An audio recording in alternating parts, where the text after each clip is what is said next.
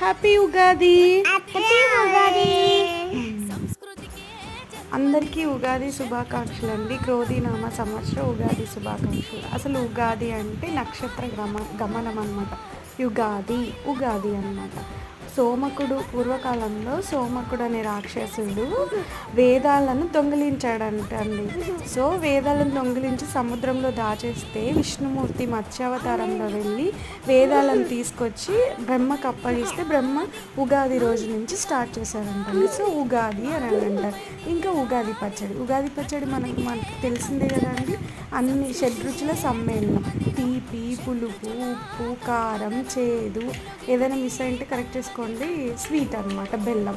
అలాగా అంటే జీవితంలో కూడా కష్టం, బాధ, సుఖం, సంతోషం అన్నీ కూడా ఉండాలి అనేసి చెప్తారనమాట. Please like, share, subscribe.